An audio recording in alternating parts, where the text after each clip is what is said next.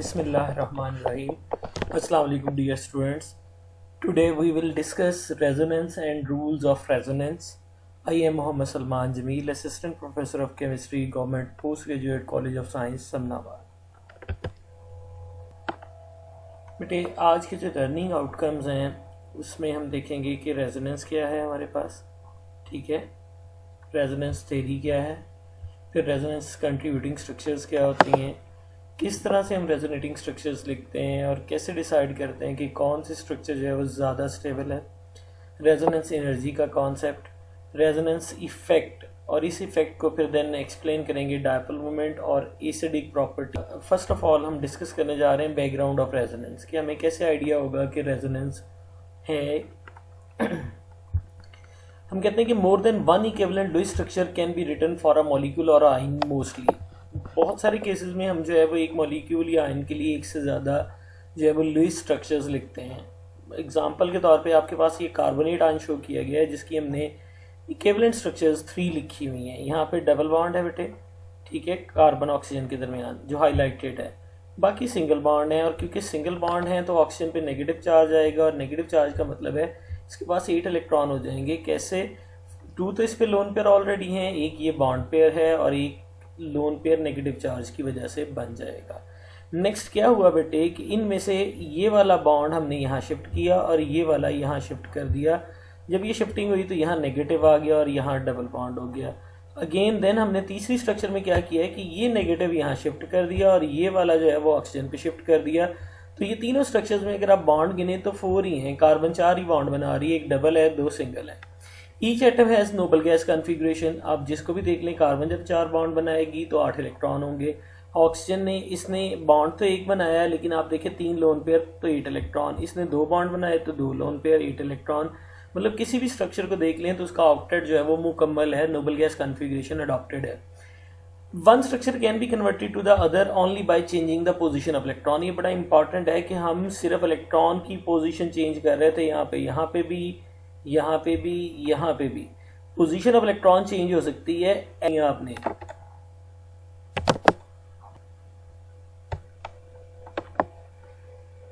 Background of resonance में ही हम बेटे फर्दर जा रहे हैं। We move the electrons as indicated by arrows in structure 1. We can change it into structure 2. ये कार्बोनेट की ही है कि ये यहाँ चला गया बेटे और ये यहाँ चला गया तो ये वाली स्ट्रक्चर बनेगी। या फिर ये भी हो सकता है कि ये यहाँ चला जाए और ये वाला बॉन्ड बन जाए। तो ये स्ट्रक्चर पे आप बॉन्ड देखें, जब ये बॉन्ड यहाँ जाएगा यहाँ भी डबल हो गया और ये बॉन्ड यहाँ जाने से ये सिंगल हो गया। टोटल यहाँ पे भी 4 ही बॉन्ड्स रहेंगे, 5 बॉन्ड किसी भी स्ट्रक्चर में नहीं है। अब हुआ यहाँ पे ये है कि जो कार्बन ऑक्सीजन बॉन्ड्स हैं, जाहिर है पोलर होने की वजह से उनकी लेंथ डबल बॉन्ड की शॉर्टर होनी चाहिए सिंगल बॉन्ड से। लेकिन जब हमने एक्सरे टेक्निक्स की तो पता चला कि सिंगल हो या डबल हो लेंथ इक्वल है। अब कोई भी स्ट्रक्चर इस बात से, इस एविडेंस से एग्री नहीं कर रही। होना यही चाहिए कि सिंगल बॉन्ड की लेंथ ज़्यादा होनी चाहिए और डबल की कम होनी चाहिए। हमें पता है जब बॉन्ड लेंथ जो है कम होती है, बॉन्ड स्ट्रेंथ बढ़ जाती है, न्यूक्लियाइज का कंट्रोल बढ़ जाता है। तो यहाँ लेंथ कम होनी चाहिए, लेकिन यहाँ पे जो है वो लेंथ कम नहीं हो रही बल्कि सेम लेंथ्स आ रही हैं। इसका मतलब है इनमें से कोई भी स्ट्रक्चर रियल या एक्चुअल स्ट्रक्चर नहीं है फिर कार्बोनेट आयन का। प्रॉब्लम ये आया कि हम कार्बोनेट आयन को किस तरह से रिप्रेजेंट कर सकते हैं, या हम इसकी स्ट्रक्चर ऐसे मॉलिक्यूल्स या आयन्स की जिनके लिए एक लुईस स्ट्रक्चर लिखी नहीं जा सकती तो उनको रिप्रेजेंट कैसे करेंगे।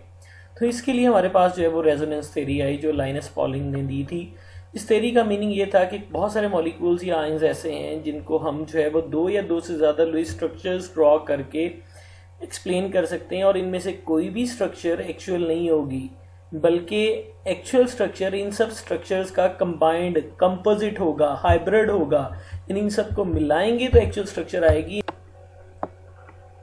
अब हम बेटे रेजोनेंस कॉन्सेप्ट में कंट्रीब्यूटिंग और कैनोनिकल स्ट्रक्चर्स क्या होती हैं। तो जो एक स्ट्रक्चर आपने इंडिविजुअल लिखी कार्बोनेट की वो इसकी कैनोनिकल फॉर्म या रेजोनेंस स्ट्रक्चर है। Representation of real molecule as a weight average of 2 और more contributing structure is called resonance. देखिए बेंजीन की एक स्ट्रक्चर हम ये लिखते हैं, ऑल्टरनेट 3 डबल बॉन्ड एक ये लिखते हैं, तो ये रेजोनेंस हाइब्रिड है जो हमने डॉटेड सर्कल लगा दिया कि बॉन्ड्स रिंग में कहीं पे भी जा सकते हैं। तो रेजोनेंस हाइब्रिड क्या होता है, जो 2 या 2 से ज़्यादा ये जितनी भी उसकी कैनोनिकल फॉर्म्स हैं उनकी वेट एवरेज हो। Resonance is always describing delocalised electrons with in certain resonance क्या है? डिस्क्राइबिंग डीलोकलाइज्ड इलेक्ट्रॉन्स है सर्टेन पॉलीटॉमिक मॉलिक्यूलर आयन में where bonding electron can not be expressed by single Lewis formula. एक formula उसकी पूरी properties को explain नहीं कर रहा, तो हमें एक से ज़्यादा स्ट्रक्चर्स लिखनी पड़ रही हैं। और जब भी हम एक से ज़्यादा लुईस स्ट्रक्चर्स लिख रहे होंगे, इनमें फ़र्क सिर्फ इलेक्ट्रॉन की पोजीशन का होगा, न्यूक्लियाइज की पोजीशन का नहीं होगा। एटम्स की पोजीशन वही रहेंगी, सिर्फ बॉन्ड्स की पोजीशन जो है वो चेंज हो सकती हैं। और इन स्ट्रक्चर्स को हम क्या कह देते हैं कि ये कैनोनिकल फॉर्म्स हैं या रेजोनेंस स्ट्रक्चर्स कहलाती हैं। अब यहाँ बेटा बड़ा इंपॉर्टेंट नोट है कि none of the Lewis structure represents the actual structure of the molecule. इनमें से कोई भी एक्चुअल स्ट्रक्चर नहीं है, बल्कि एक्चुअल स्ट्रक्चर क्या होती है? इन सबका रेजोनेंस हाइब्रिड होती है। जितनी भी लुईस स्ट्रक्चर्स आपने लिखी हुई हैं, resonance contributors are imaginary but resonance hybrid is real. मतलब जो कंट्रीब्यूटर्स हैं वो इमेजिनरी हैं, हमारा ख्याल है कि ऐसे ऐसे ऐसे अरेंजमेंट हो सकती है, और एक्चुअल वो हाइब्रिड है जो हमने उनसे मिलके बनना है। जैसे बेंजीन का वो डॉटेड वाला बनता है। बेंजीन की एग्जांपल को थोड़ा एलेबोरेट किया है कि बेंजीन में कार्बन और कार्बन में 3 सिंगल बॉन्ड होते हैं। बॉन्ड लेंथ इतनी होनी चाहिए सिंगल बॉन्ड की, 3 डबल होते हैं, उनकी लेंथ इतनी होनी चाहिए। लेकिन बेंजीन में सारे बॉन्ड्स हैं, उनकी लेंथ बराबर है, वजह रेजोनेंस है। तो लेंथ जो है वो बेंजीन की ना डबल बॉन्ड वाली रहती है और ना ही सिंगल बॉन्ड वाली रहती है, बल्कि in between the double and single bond हो जाती है। None of the resonance structure will be realistic representation for the molecule. बार बार वही बात है कि कोई भी रियल मॉलिक्यूल को रिप्रेजेंट नहीं कर रही।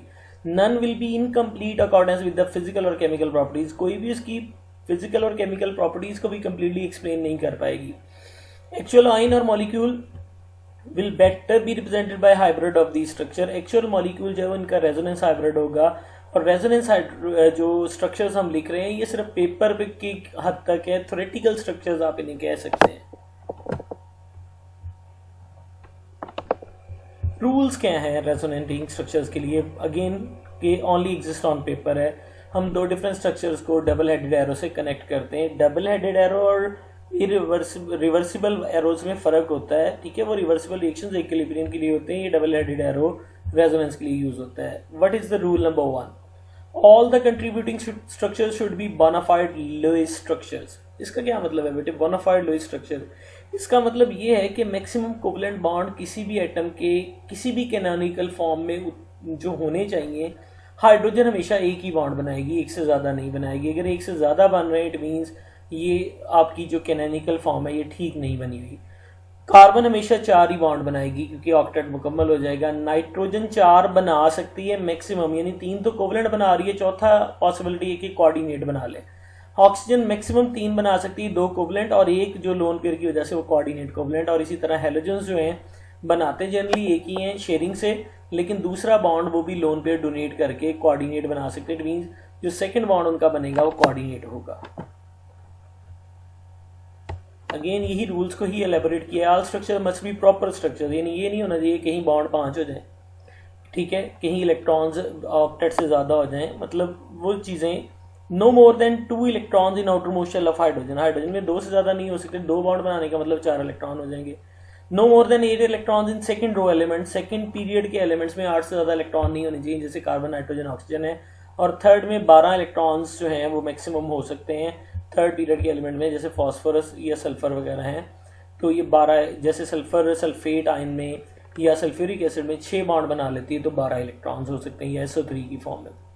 अभी हमने मेथनॉल की स्ट्रक्चर लिखी हुई है। अगर हम ऑक्सीजन का लोन पेयर शिफ्ट कर दें, this is not proper resonance structure for methanol because carbon has 5 bond. अगर आप ये लोन पेयर शिफ्ट करके यहाँ बना देते हैं, इट मीन्स यहाँ पे बॉन्ड कार्बन के 5 हो जाएंगे और ये स्ट्रक्चर जो है वो प्रॉपर स्ट्रक्चर नहीं रहेगी, क्योंकि हमने कहा है बॉन्ड कार्बन के मैक्सिमम 4 ही होने चाहिए। We should not write structures in which carbon has 5 bonds. ये फर्दर एग्जाम्पल्स हैं बेटे इसी रेफरेंस से। Look at the 3 structures of acetate ion. देखिए ये बॉन्ड यहाँ शिफ्ट हुआ, ये यहाँ चला गया, ओके है जी। कार्बन के बॉन्ड गिने आपने 1 2, ये डबल बॉन्ड 3 और ये 1 4, ओके हो गया। यहाँ पे क्या हुआ है, आपने ये बॉन्ड भी वापस शिफ्ट किया। जब वापस शिफ्ट किया 2 डबल बॉन्ड कार्बन के 4 और एक ये 5वां बॉन्ड, 5 बॉन्ड कार्बन नहीं बना सकती, इट मीन्स ये स्ट्रक्चर नहीं होगी। सिमिलरली आपने कार्बोक्सिलिक एसिड लिया, आपने लोन पे शिफ्ट किया और इसको ऊपर शिफ्ट कर दिया, तो ठीक है जी, 2 3 4 बॉन्ड हो गए। और ऑक्सीजन 3 बॉन्ड मैक्सिमम हमने कहा था बना सकते कोऑर्डिनेट करके, तो ये भी ठीक है।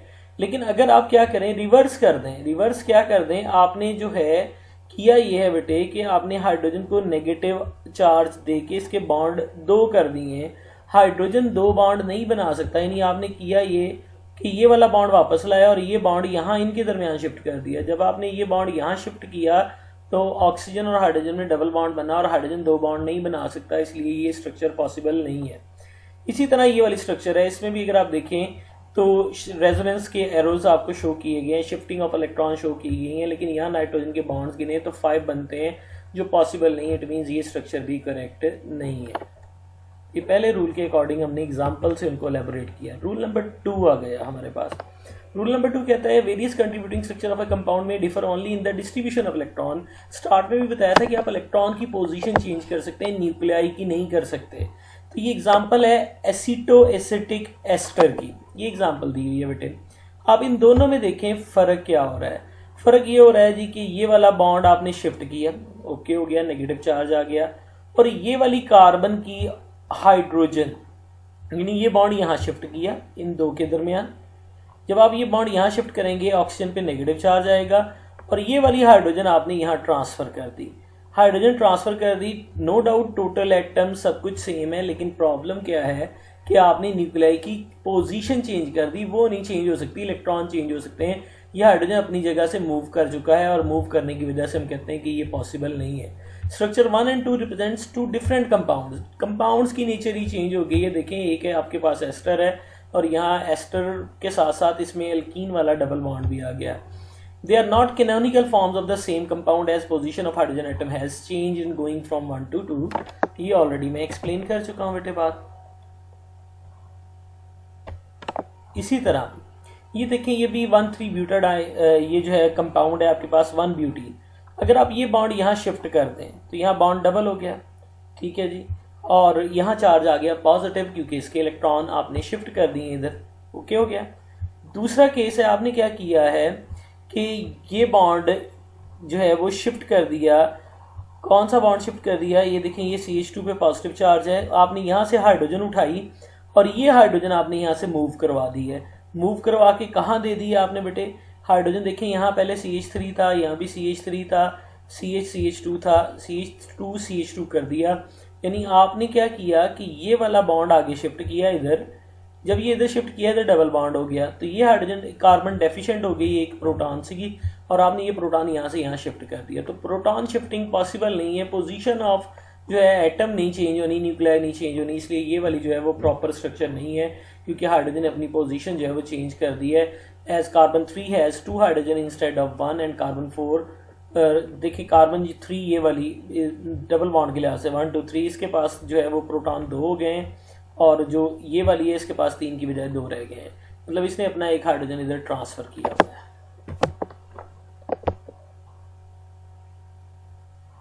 रूल नंबर 3 है, number of unpaired electron should be same for all the contributing structures. Unpaired electrons की तादाद में कोई भी जो है वो चेंज नहीं आना चाहिए। The valid canonical forms of 1,3 butadiene आपके सामने लिखी हुई हैं। They have no unpaired electrons. The following structure does not contribute to the molecule of 1,3 butadiene as it has 2 unpaired electron। इनमें देखिए कोई भी अनपेयर्ड इलेक्ट्रॉन नहीं, ये भी पेयर हो गया, पॉजिटिव नेगेटिव चार्ज है, नेगेटिव चार्ज को हम पेयर ऑफ इलेक्ट्रॉन बोलते हैं, और कहीं पे भी अनपेयर्ड इलेक्ट्रॉन मौजूद नहीं, इसके पास इलेक्ट्रॉन ही नहीं है, इसने अपना इलेक्ट्रॉन दे दिया हुआ है। लेकिन जब हम क्या करते हैं कि होमोलिटिक क्लेवेज करके यहाँ रेडिकल साइन क्रिएट कर दी, किसी तरह यहाँ रेडिकल साइन क्रिएट कर दी, यानी आपने किया ये है कि ये बॉन्ड यहाँ शिफ्ट कर दिया, ये कार्बन ने अपना इलेक्ट्रॉन ले लिया और इस कार्बन को इसका इलेक्ट्रॉन दे दिया, और इसी तरह आपने इधर भी कुछ यही चेंज की है। तो इस वजह से इस कार्बन और इस कार्बन के पास रेडिकल साइन आ गई, लेकिन अनपेयर्ड इलेक्ट्रॉन आ गया, हालांकि एक्चुअल स्ट्रक्चर में नहीं होते, तो ये वाली स्ट्रक्चर अब वैलिड नहीं रहेगी।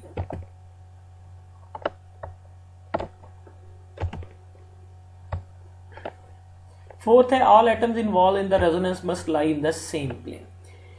Electrons can not delocalise in non planar molecule. Pi electrons जो हैं वो नॉन प्लेनर मॉलिक्यूल में डीलोकलाइज नहीं हो सकते। ये बाहिर एग्जांपल साइक्लोऑक्टाटेट्रेन की दी हुई है, ये एरोसाइंस बॉन्ड शिफ्टिंग को शो कर रहे हैं कि यहाँ से इस फॉर्म में चला गया, लेकिन ये पॉसिबिलिटी नहीं है कि ये स्ट्रक्चर उसकी इस फॉर्म में टब शेप में शो की हुई है, और ये अब सारे एटम एक प्लेन में नहीं लाई कर रहे हैं, हम इसको स्लाइसिस की फॉर्म में कट नहीं कर रहे, ये देखिए यहाँ पे भी आप देखें तो ये आउट ऑफ प्लेन शो किए हुए हैं कि ये एटम्स अब प्लेन में नहीं रहे, इसी की वेरियस स्ट्रक्चर्स शो की हुई हैं जो बताती हैं कि नॉन कोप्लेनर मॉलिक्यूल है। इसी को फर्दर एलेबोरेट किया हुआ है हमने। Delocalization of electrons over more than two adjacent atom is maximum if these atoms are in one plane। ठीक है ना, अगर सेम प्लेन में होगे तो डीलोकलाइजेशन मैक्सिमम होगी। हमने डीलोकलाइजेशन का टॉपिक ऑलरेडी पढ़ लिया हुआ है, डिटेल से डिस्कस कर लिया हुआ है। If one pair of doubly bonded atoms lies in same plane which is perpendicular to the plane of another pair of doubly bonded atoms or another atom with an unshared pair of electrons, there is no delocalization as in cyclooctatetraene। कहता है कि अगर एक doubly bonded pair जो है वो उसी plane में है जो परपेंडिकुलर है दूसरे पेयर के, जो आपस में तो शायद जो है वो सेम प्लेन में है, तो ये फिर डीलोकलाइजेशन पॉसिबल नहीं होती। हमने इसको डिस्क्राइब भी किया हुआ है। P orbitals of C1 C2 C3 C4 C7 C8 are not parallel. ये जी C1 C2 है, ये जी आपकी C3 C4 है, ये जी C7 C8 है। इनकी किसी भी तरह से पैरेलल अरेंजमेंट आपस में पॉसिबल नहीं हो सकती। ये 1-2 वाला इनके साथ आउट ऑफ प्लेन ही रहता है। इसी तरह कहता है कि pi electron of C1 C2 C3 C4 C7 C8 separately similarly is the behaviour of pi electrons of C5 C6 carbon. तो इस स्ट्रक्चर में हम कहते हैं कि 4 डबल बॉन्ड तो हैं, लेकिन ये चारों जो हैं वो क्या हैं, लोकलाइज्ड हैं, डीलोकलाइज्ड नहीं है। देन हमारे पास बेटे आ गया जी हमारा रूल नंबर 5। रूल नंबर 5 कहता है resonance structures are not actual structure for a molecule. ये हम शुरू से बात कर रहे हैं कि ये एक्चुअल नहीं होती, ये नॉन एग्जिस्टेंस हाइपोथेटिकल स्ट्रक्चर्स होती हैं और सिर्फ पेपर पे ड्रॉ करने की हद तक है, हमारे माइंड की क्रिएशन आप कह सकते हैं। Resonance structures are useful because they allow us to describe molecule radical and ions for which single Lewis structure is इनएडिक्वेट।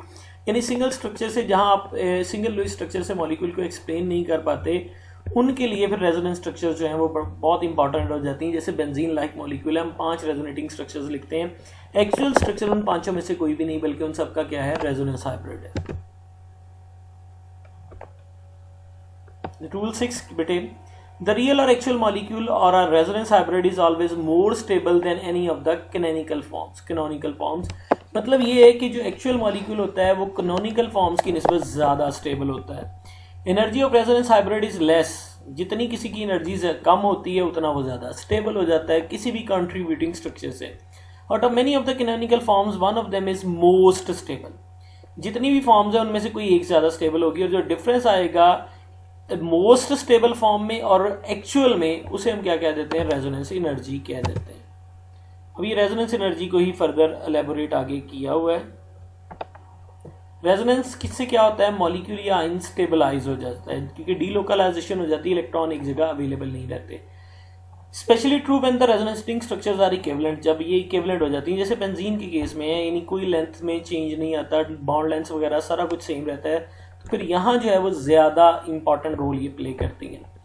Chemist call this as resonance stabilisation, कि ये रेजोनेंस स्टेबलाइजेशन है। और if resonance structure are equivalent then resonance stabilisation is also large. जितनी equivalent होंगी ये, जितना इनमें कोई डिफरेंस नहीं होगा, उतनी जो है वो स्टेबिलिटी ऑफ मॉलिक्यूल ज़्यादा होगी, और इसे हम कहते हैं resonance stabilisation of the molecule, जैसे बेंजीन की होती है। ये रेजोनेंस एनर्जी जी बेंजीन की हमने ग्राफिकली एक्सप्लेन की हुई है। ऑब्जर्व वैल्यू जो है वो 208 है। जब हम 3 बॉन्ड्स देखते हैं तो हीट्स ऑफ हाइड्रोजनेशन की बेसिस पे 360 है। तो ये जो डिफरेंस निकला इन दोनों में, यानी मोस्ट स्टेबल फॉर्म में और एक्चुअल वैल्यू में, उसे हम क्या कहते हैं, रेजोनेंस एनर्जी। जितनी रेजोनेंस एनर्जी ज़्यादा होगी उतना वो कंपाउंड या मॉलिक्यूल स्टेबल होगा। रूल 7 जी, ये बड़ा इंपॉर्टेंट रूल है बेटे। All contributing structures do not contribute equally except when they have equal energy, same energy। सारी किसी भी मॉलिक्यूल में इक्वल कंट्रीब्यूशन प्ले नहीं करती जब तक कि उनकी एनर्जी इक्वल ना हो। Most contributing structure forms are the most important contributors. जितनी स्टेबल होंगी उतना ज़्यादा ये कंट्रीब्यूशन शो करेंगी, यानी stability of the canonical form जो है जितनी ज़्यादा होगी उतना जो है वो कंट्रीब्यूशन एक्चुअल स्ट्रक्चर में ज़्यादा होगा। हमारे पास ये ब्यूटाडाइन की 3 एग्जांपल्स दी हुई हैं। देखिए पहली 2 को हमने कहा है, पहली को कहा है मेजर कंट्रीब्यूटर, दूसरी को कहा है माइनर, तीसरी को भी कहा है माइनर। अब किस बेस पे हम डिसाइड कर रहे हैं कि ये माइनर है या मेजर है? या बेंजीन के लिए हम कहते हैं ये दोनों इक्विवेलेंट कंट्रीब्यूटर हैं, तो हमें कैसे पता चलेगा कौन सी ज़्यादा स्टेबल है, कौन सी लेस स्टेबल है, कौन सी इक्वल स्टेबल है, कुछ तो रूल्स होंगे इनके। तो वो रूल्स जो है वो एक्सप्लेन करने जा रहे हैं हम कि किस बेसिस पे डिसाइड होता है कि कौन सा कंट्रीब्यूटर ज़्यादा स्टेबल है। पहला आपके पास यहाँ रूल है कि वो स्ट्रक्चर जिनमें ज़्यादा कोवलेंट बॉन्ड्स होंगे वो ज़्यादा स्टेबल होंगी कंपेयर टू जिनमें कम कोवलेंट बॉन्ड्स होंगे। देखिए ये 1,3 ब्यूटाडाइन की 3 स्ट्रक्चर्स दी हुई हैं। इसमें अगर आप कार्बन कार्बन बॉन्ड गिने 2, 3 और 2, 5 है। इसमें गिने तो 1, 2, 3 और 1, 4 है। और इसमें गिने तो 1, 2, 3 है, यानी नंबर ऑफ बॉन्ड्स कम हो गए। इट मीन्स सबसे ज़्यादा डबल बॉन्ड्स यहाँ सबसे ज़्यादा कोवलेंट बॉन्ड यहाँ पे है, ये इसलिए मेजर कंट्रीब्यूटर है। इसमें उससे कम है, ये माइनर हो गया। और ये नेग्लिजिबल कंट्रीब्यूटर हो गया क्योंकि इसमें बॉन्ड्स ही सबसे कम है। तो यही यहाँ पे बेटे एक्सप्लेनेशन में दिया हुआ है कि क्यों कोई मेजर या माइनर कंट्रीब्यूटर है। ये शिफ्टिंग ऑफ बॉन्ड दिखाई हुई है कि ये यहाँ जाएगा, यहाँ डबल हो जाएगा और इस कार्बन पे पॉजिटिव क्योंकि इसका इलेक्ट्रॉन यहाँ शिफ्ट हो गया। ये बॉन्ड यहाँ जाएगा तो यहाँ नेगेटिव क्योंकि इस कार्बन का इलेक्ट्रॉन यहाँ ट्रांसफर हो गया। इसी तरह ये अपोजिट साइड पे भी शिफ्टिंग शो की है। अगर आप इधर करेंगे तो इसकी वैलेंसी सेटिस्फाई हो जाएगी, लेकिन इस कार्बन पे पॉजिटिव आ जाएगा क्योंकि इसका इलेक्ट्रॉन आपने इधर ट्रांसफ़र कर दिया। और अगर आप ये नेगेटिव को इधर बॉन्ड की फॉर्म में ले आते हैं तो आपके पास यानी ये ऑलरेडी नेगेटिव है, ये बॉन्ड शिफ्ट होने से क्या होगा कि इधर भी नेगेटिव हो जाएगा और इस कार्बन पे पॉजिटिव हो जाएगा क्योंकि इसका इलेक्ट्रॉन आपने क्या किया है, ये वाला बॉन्ड शिफ्ट होने से ये नेगेटिव और ये पॉजिटिव और ये अगेन नेगेटिव ऑल्टरनेट चार्जेस आ गए। लेकिन हमारे पास मोस्ट स्टेबल और मोस्ट कंट्रीब्यूटिंग स्ट्रक्चर 1 है। वजह क्या है कि उसमें सबसे ज़्यादा कोवलेंट बॉन्ड्स हैं। ये एक रूल है। अगला रूल क्या है देखें। अगला रूल कहता है the contributing structures without a charge are more stable than those with a charge. जिन पे चार्ज है वो लेस स्टेबल है और जिन पे चार्ज नहीं है वो ज़्यादा स्टेबल है। क्यों? कहते हैं separating opposite charges require energy, और चार्ज सेपरेशन से स्टेबिलिटी डिक्रीज हो जाएगी। आप जब एनर्जी दे देंगे उसको तो उसकी एनर्जी बढ़ जाएगी। If structure with a charge has same number of covalent bonds as those with charge their contribution is significant but less than without a charge. यानी अगेन बात वही है कि अगर बॉन्ड्स की तादाद भी बराबर रहे फिर भी अगर जिस पे चार्ज आ जाएगा वो सिग्निफिकेंटली कंट्रीब्यूट तो करेगी, लेकिन जो चार्ज नहीं है उसकी निस्बत फिर भी उसका कंट्रीब्यूशन क्या रहेगा, कम रहेगा। Structure 1 is major contributor as there is no charge separation. यहाँ पे कोई चार्ज सेपरेशन नहीं है, मतलब कोई चार्ज ही नहीं है। और यहाँ आपने बॉन्ड जब शिफ्ट किया इस पे नेगेटिव और ये वाला लोन पेयर यहाँ शिफ्ट किया तो यहाँ पॉजिटिव चार्ज आ गया। तो ये सिग्निफिकेंट कंट्रीब्यूटर तो बन गया लेकिन मेजर कंट्रीब्यूटर नहीं रहा। इसकी निस्बत इसका कंट्रीब्यूशन कम ही रहेगा। क्यों? क्योंकि इस पे चार्ज सेपरेशन है। If charge separation leads to reduction in number of covalent bond stability decreases. अगर कोवलेंट बॉन्ड की तादाद कम हो रही है तो फिर स्टेबिलिटी कम हो जाएगी। यानी जितना ग्रेटर चार्ज होगा उतने बॉन्ड कम हो जाएंगे, जितने बॉन्ड कम होंगे स्टेबिलिटी उतनी कम होगी। ये 1,3 ब्यूटाडाइन में यही केस हो रहा है कि चार्ज बढ़ता जा रहा है। देखिए यहाँ पे दो, एक पॉजिटिव एक नेगेटिव था, यहाँ ऑल्टरनेटिवली टोटल 4 चार्ज आ गया और नंबर ऑफ बॉन्ड्स कम हो गए। यहाँ पे 3 बॉन्ड रह गए कार्बन के, यहाँ 4 बॉन्ड थे और यहाँ 5 बॉन्ड थे। यह स्ट्रक्चर 1 अनचार्ज है, मोर स्टेबल है। 2 लेस चार्ज है, मोर बॉन्ड्स है, मोर स्टेबल है। देन स्ट्रक्चर 3 जिसमें चार्ज ज्यादा है और बॉन्ड्स कम है। In all the structure of aniline and chlorobenzene, number of bonds are same, but due to charge separation, structure 1 and 2 are major contributor. ये देखें जी, एनिलीन की 1 और 2 स्ट्रक्चर है, इन पे देखें कोई चार्ज नहीं आया। ये 1 है, ये बॉन्ड आपने शिफ्ट किया, ये यहाँ शिफ्ट किया, अब चार्ज सेपरेशन शुरू होगी। देखें यहाँ चार्ज आ गया, फिर चार्ज रेजोनेट कर रहा है, आपको पता है रेजोनेंस की वजह से रिंग के ऊपर। तो ये जो है वो सिग्निफिकेंट कंट्रीब्यूटर हैं। ऑल्दो बॉन्ड्स की तादाद उतनी ही है जितनी 1 और 2 में है, लेकिन क्योंकि चार्ज आ गया तो इनकी कंट्रीब्यूशन सिग्निफिकेंट है लेकिन ज़्यादा नहीं है। ज़्यादा कंट्रीब्यूशन इन दोनों की है। सेम केस क्लोरोबेंजीन का भी है बेटे, उसमें भी ये वाले सिग्निफिकेंट या मेजर कंट्रीब्यूटर हैं, ये सिग्निफिकेंट हैं क्योंकि बॉन्ड्स की तादाद बराबर है लेकिन चार्ज सेपरेशन की वजह से ये उतने स्टेबल नहीं है।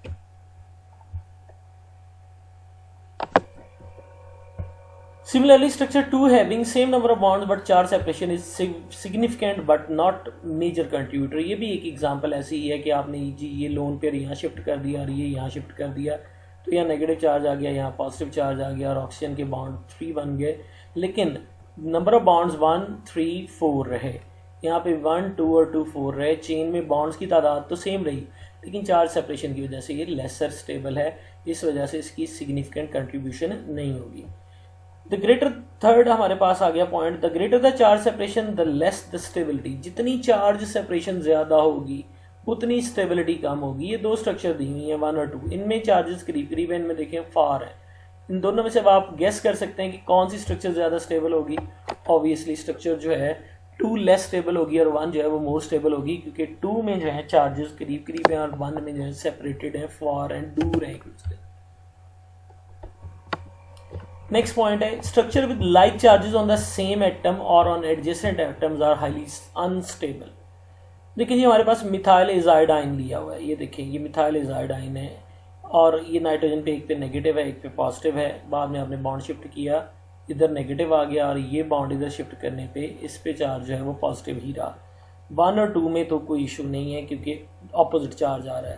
लेकिन जब आप 3 में आते हैं, 3 स्ट्रक्चर में क्या हुआ है अगर आप नोट डाउन करें, आपने क्या किया कि ये वाला नेगेटिव जो है वो इधर से आपने जो डबल बॉन्ड था वो आपने इस पे नाइट्रोजन पे शिफ्ट कर दिया, तो इस पे डबल नेगेटिव चार्ज आ गया और आपके पास जो है वो इस नाइट्रोजन के 3 बॉन्ड्स बन गए, ट्रिपल बॉन्ड बन गया, इस दोनों पे डबल पॉजिटिव चार्ज आ गया। ये शो किया हुआ है कि कैसे चेंज हुआ है। ये लोन पेयर आपने यहाँ शो किया, यहाँ चेंज किया इस कार्बन ने, क्योंकि इलेक्ट्रॉन नाइट्रोजन इलेक्ट्रॉन दिए, इस पे पॉजिटिव आ गया और ये बॉन्ड आपने यहाँ शिफ्ट कर दिया। जब यहाँ शिफ्ट कर दिया तो इस पे डबल नेगेटिव चार्ज आ गया, तो ये लोन पेयर की वजह से यहाँ ट्रिपल बॉन्ड हो गया और ये बॉन्ड शिफ्ट होने से यहाँ नेगेटिव चार्ज आ गया। तो क्योंकि 2 एटम्स पे लाइक चार्ज आ गया, लाइक चार्ज आने की वजह से क्या हो गया, ये स्ट्रक्चर लेस स्टेबल होगी, ये माइनर कंट्रीब्यूटर होगी। तो ये लिखा हुआ है structure 1 and 2 are important canonical forms and structure 3 is negligible contributor as it has 2 negative charge is on same nitrogen atom and 2 positive charges on 2 adjacent nitrogen atoms। इन दोनों पे पॉजिटिव आ गया और इस पे एक ही पे 2 नेगेटिव आ गया, यानी लाइक चार्ज भी आ गया सेम एटम्स पे और एडजेसेंट जो है उन पे भी लाइक चार्ज आने से रिपल्सिव फोर्सेस ने क्या किया है, रिपल्सिव फोर्सेस आ गई, एनर्जी इंक्रीज कर गई और स्ट्रक्चर जो है वो लेस स्टेबल होगी, लीस्ट कंट्रीब्यूटिंग होगी। नेक्स्ट बेटे हमारे पास पॉइंट है कि structure with negative charge on more electronegative atom are more stable than those in which negative charges on less electronegative atom. अब आपने स्ट्रक्चर 3 गेस करनी है कि लीस्ट कंट्रीब्यूटिंग लीस्ट स्टेबल क्यों है। आपने ये बॉन्ड शिफ्ट किया, यहाँ आ गया जी कार्बन कार्बन में, ये बॉन्ड शिफ्ट किया, यहाँ नाइट्रोजन पे नेगेटिव आ गया, नाइट्रोजन इलेक्ट्रोनेगेटिव भी और नेगेटिव चार्ज भी आ गया, इट मीन्स मोर इलेक्ट्रोनेगेटिव पे नेगेटिव आ गया, तो ओके है जी, को बात समझ आती है। लेस इलेक्ट्रोनेगेटिव जो है नेगेटिव पे पॉजिटिव आ गया।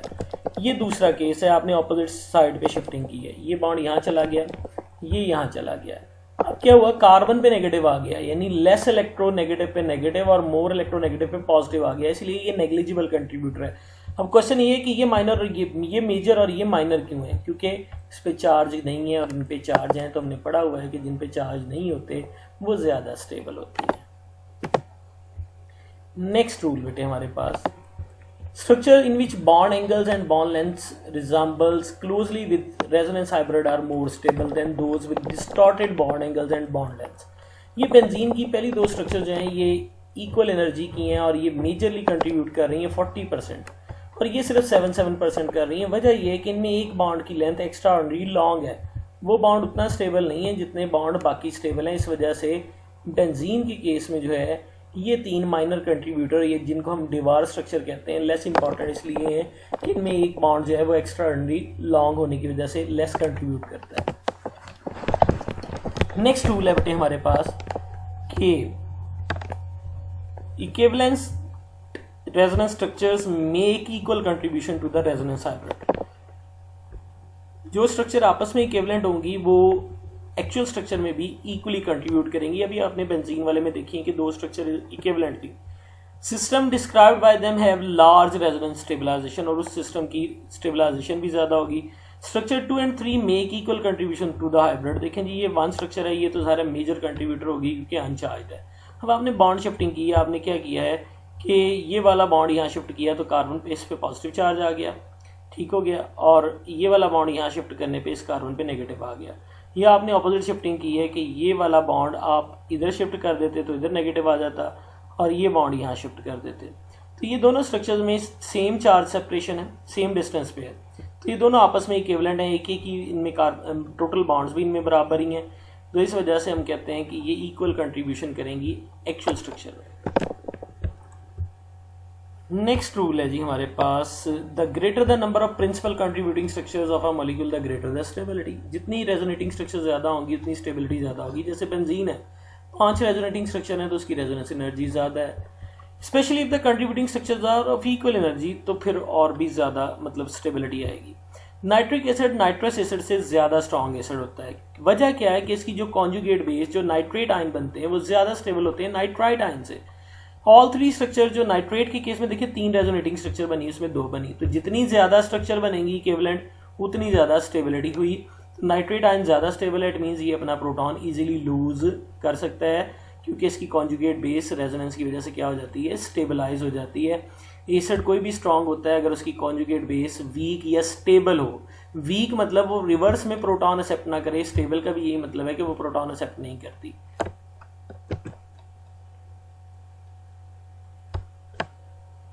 The greater stability of carboxylic acid than alcohol is due to large resonance stabilization। ये यहाँ पे बेटे स्टेबिलिटी नहीं, ग्रेटर एसिडिक स्ट्रेंथ है एक्चुअली कि कार्बोक्सिलिक एसिड्स क्यों जो हैं वो ज़्यादा एसिडिक हैं compare to alcohols. Unionised alcohol as well as the anion of alcohol को हम सिंगल लुईस स्ट्रक्चर से ही डिस्क्राइब कर सकते हैं। ये देखें, ये आपके पास एसिड है, उसने प्रोटॉन लूज किया बेस को और ये उसका एनाइन बना है। ये भी आगे एक्सप्लेन करता हूँ मैं, अगले पेज पे है। इन अदर वर्ड्स हमें जो है वो अल्कोहल के लिए रेजोनेंस स्ट्रक्चर की ज़रूरत नहीं पड़ती। ये वही बात जो मैं लास्ट पेज स्लाइड पे की थी कि acidic strength stability of conjugate base dependent है। जितनी कॉन्जुगेट बेस स्टेबल होगी एसिड उतना स्ट्रांग होगा। ये आपने फर्स्ट ईयर में भी पढ़ा हुआ है। तो ये रीज़न आ गई कि कार्बोक्सिलिक एसिड जो है वो क्यों स्ट्रॉन्गर एसिड हैं, क्योंकि कार्बोक्सिलेट आयन जो उनकी कॉन्जुगेट बेस है वो रेजोनेंस की वजह से स्टेबल हो रही है। देखिए ये बॉन्ड यहाँ शिफ्ट हो जाएगा, ये लोन पेयर जो है, और ये जो है वो यहाँ पे शिफ्ट हो जाएगा। इट मीन यहाँ पॉजिटिव नेगेटिव चार्ज आ गया। चार्ज सेपरेटेड स्ट्रक्चर है, लेस कंट्रीब्यूट करेगी लेकिन स्ट्रक्चर एग्जिस्ट कर रही है रेजोनेटिंग। या यहाँ पे देख लें, ये बॉन्ड यहाँ शिफ्ट हो गया, ये यहाँ शिफ्ट हो गया, तो ये दोनों स्ट्रक्चर्स इक्विवेलेंट स्ट्रक्चर्स हैं क्योंकि नंबर ऑफ बॉन्ड्स बराबर हैं, चार्ज बराबर है, सब कुछ बराबर है, ये इक्वली कंट्रीब्यूट कर रही हैं। जबकि अल्कोहल के लिए हमारे पास स्ट्रक्चर ही कोई नहीं थी, इसलिए जो हमारे कार्बोक्सिलिक एसिड्स हैं वो स्ट्रॉन्गर एसिड्स होते हैं। अब हमने बेटे next resonance effect refers to polarity produced in a molecule as well as a result of interaction between the pi bonds or the pi bond and lone pair of electrons। कि जो polarity molecule में introduce हो रही है pi bonds की वजह से या लोन पेयर और पाई बॉन्ड्स की वजह से, इफेक्ट ऑपरेट करता है पाई इलेक्ट्रॉन्स ऑफ डबल या ट्रिपल बॉन्ड में, पूरी चेन पे ट्रांसमिट करता है। और कॉन्जुगेटेड सिस्टम में जहाँ पाई इलेक्ट्रॉन्स डीलोकलाइज होते हैं, इसका इफेक्ट जो है वो हमें ज़्यादा क्लियरली इंडिकेट होता है, नज़र आता है। Distribution of electron density in system involving resonance is not always same as if there would be no resonance। अगर रेजोनेंस ना होती तो इलेक्ट्रॉन डेंसिटी आपको पता है वही रहती है, अनचेंज रहती है, लेकिन रेजोनेंस की वजह से इलेक्ट्रॉन डेंसिटी एक जैसी नहीं रहती, चेंज होती रहती है। तो वही हम देखने लगे हैं जी। Decrease in electron density at one position जो है अगर होगी तो कॉरस्पॉन्डिंगली किसी और पोजीशन पे इलेक्ट्रॉन डेंसिटी इंक्रीज होगी, जिसे हम रेजोनेंस इफेक्ट कह रहे हैं। It may be electron donating और electron withdrawing. Electron donating groups जो है इनको हम जो है वो इलेक्ट्रोमेरिक या मिजोमेरिक इफेक्ट कह देते हैं, पॉजिटिव। तो कौन से ग्रुप इलेक्ट्रॉन डोनेटिंग है? एन एटम और group which donate electrons towards a carbon, जो कार्बन को इलेक्ट्रॉन देंगे।